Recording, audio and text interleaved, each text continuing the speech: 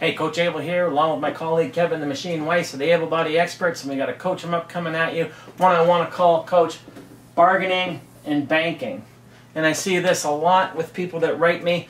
They're following along on their diet. They're doing okay, and then a special occasion comes up, like maybe they're going away for the weekend or somebody's birthday or something like that. So they plan on having a cheat meal, which turns into, you know, way more food than they wanted. So what ends up happening is the next day, I actually have an email from someone like this, and I can read you what they actually do. But the next day, what they try to do, Coach, is they cut carbs to try to make up for the deficit, or make up for the difference in terms of the splurge. Yeah. And then what ends up happening after that is they think they can bank the calories and burn off what they had in the cheat. They'll cut their carbs for a couple of days. This all exists in the mind. It's not how your body works at all. And actually, it's the worst thing you can do, because you're actually setting up the same situation to happen again. And I call this bargaining and banking. People end up cheating on their diet to the point where they know they've gone beyond just a cheat, where they've gone to a level of sabotage. So they start to bargain with themselves, thinking they can bank calories in terms of expenditure, just like going to a bank and putting in, and they're actually negotiating with themselves, thinking they're getting somewhere.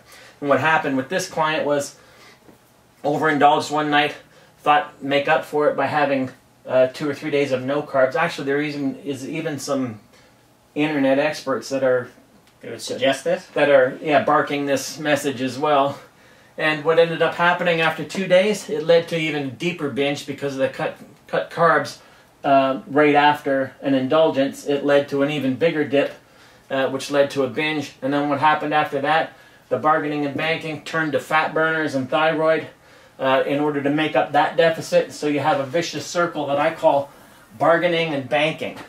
And of course, this is destined to failure. Coach, give them some thoughts. Yeah, well, that's the thing with a lot of the diet gurus and stuff out there. They'd like you to believe that these diets can actually be sit down and figured out on a piece of paper, and it's numbers and formulas, and this is exactly what happens. And you eat this many calories, so if you make the deficit over here, you're going to balance out. You're not balancing your friggin' checkbook here, people. Yeah. Your body doesn't work like that. Your body works, and basically your body, because of homeostasis, it wants to maintain a certain level within certain ranges, right? And you're programming it to do things. So you give it up here, and then you think you're going to balance it by giving it here. Guess what? You're going to be back up here before you know it. Yeah.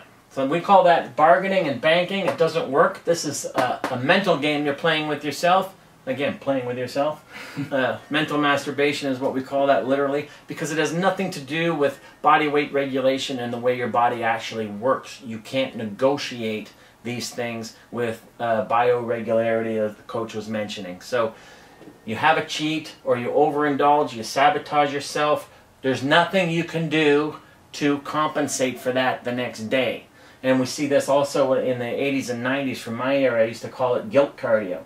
Yeah. Where the women would go out for a night on the town or whatever, and the next day they're doing an hour, 2 hours extra because they calculated the calories. And so if the machine says, well, there's the calories that I ate and the calories that I'm equal to, then it's all balanced out. Just balance that out with Doesn't with work, exercise. Isn't true, never has been true, never will work. As you can see in these real world examples, it just leaves you with more and more trouble because you confuse your metabolism and you actually slow it. When it gets confused, the way it responds is to stop everything. Yeah. So we call this bargaining and banking. It never works. It's a mindset. It has nothing to do with your physiology. It's not the way your system works. If you fail on the diet, get back up on the horse the next day and follow what you're supposed to do.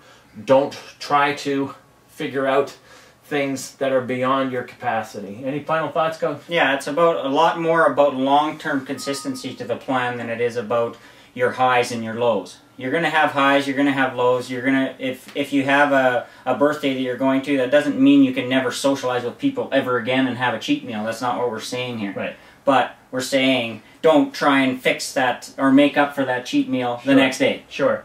Spend 90% of your time, or whatever, most of your time, doing what you should be doing, and don't worry about the rest of the time. Exactly. Something like this, it's like trying to do thinking you're doing an engine overhaul by changing one tire. Yeah. It's just not, it's not what's going on inside your body. And this has been a special Coach 'em Up that we call bargaining and banking.